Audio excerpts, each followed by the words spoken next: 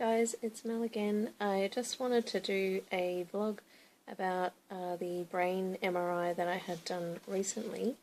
So to give you an idea in terms of scans that I've had done, I've had about 20 scans done over a period of about 10 years.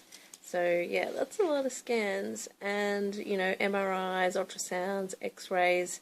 The last time I actually had an MRI, I had a panic attack and kind of got out of there quick smart.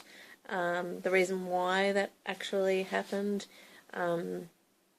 is because I have a really bad electromagnetic sensitivity, and it was the fact that I would have to deal with the amount of pain in my migraines and have a lot of seizures for, you know, like months after the fact.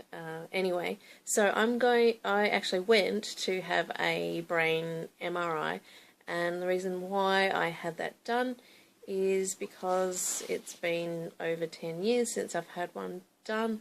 Also, I wasn't actually checked out for MS, and there's a lot of misdiagnosis with Lyme and everything, and you know, look, I don't, you know, think that I have MS, and the neurologist that I went to see said, look, I've looked at your optic nerve, it really doesn't look like you've got it, however, let's just do this just in case, to be 100% sure.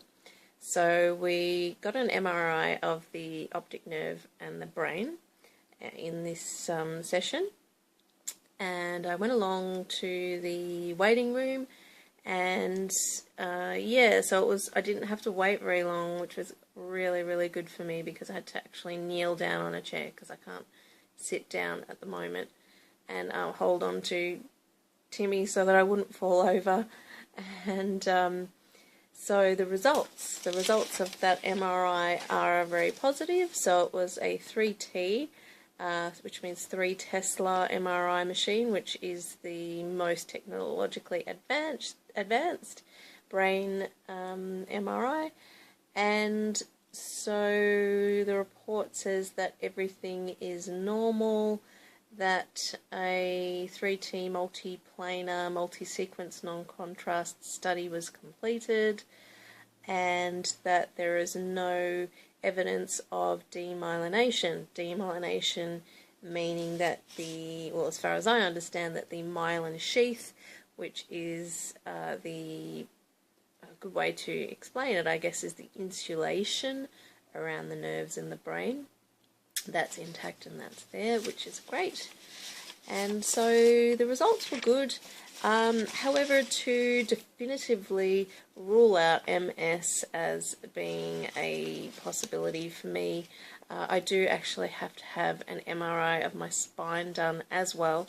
So that's something that I'm going to have to do. That's coming up at the end of May for me, and I'm going to need to bring a portable bed into, it's actually at a hospital this time, which I'm feeling really quite nervous about.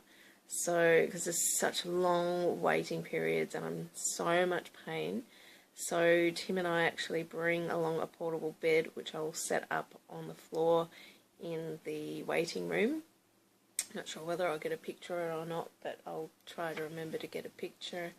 So anyway, this brain MRI, I actually, for once in my entire life, did something which was, well, you know, it was still a medical thing, but it was still like a self-nurturing type thing as well, which was really nice.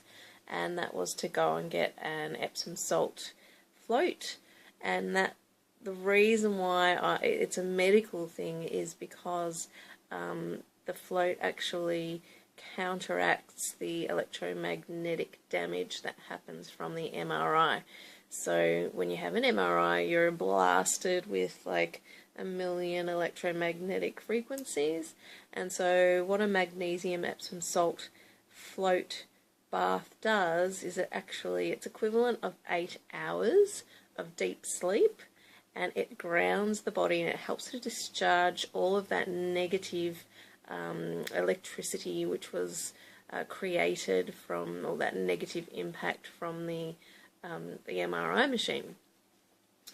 So that was really amazing, and the best way that I could actually describe it was that I felt like one of those desserts when you're like a little kid and it's called a frog in a pond, and it's like this little Cadbury frog that they put in like this jelly pond, and so after a while your body's just so heavy, it's like you feel like you're stuck in jelly, basically like that little frog. So anyway, that was my take on the whole thing.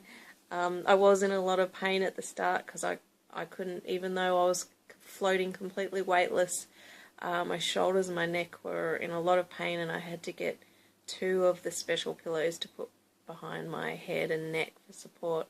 And then I was finally able to relax in there, and it was an enjoyable experience. So yay, finally one enjoyable experience in my life.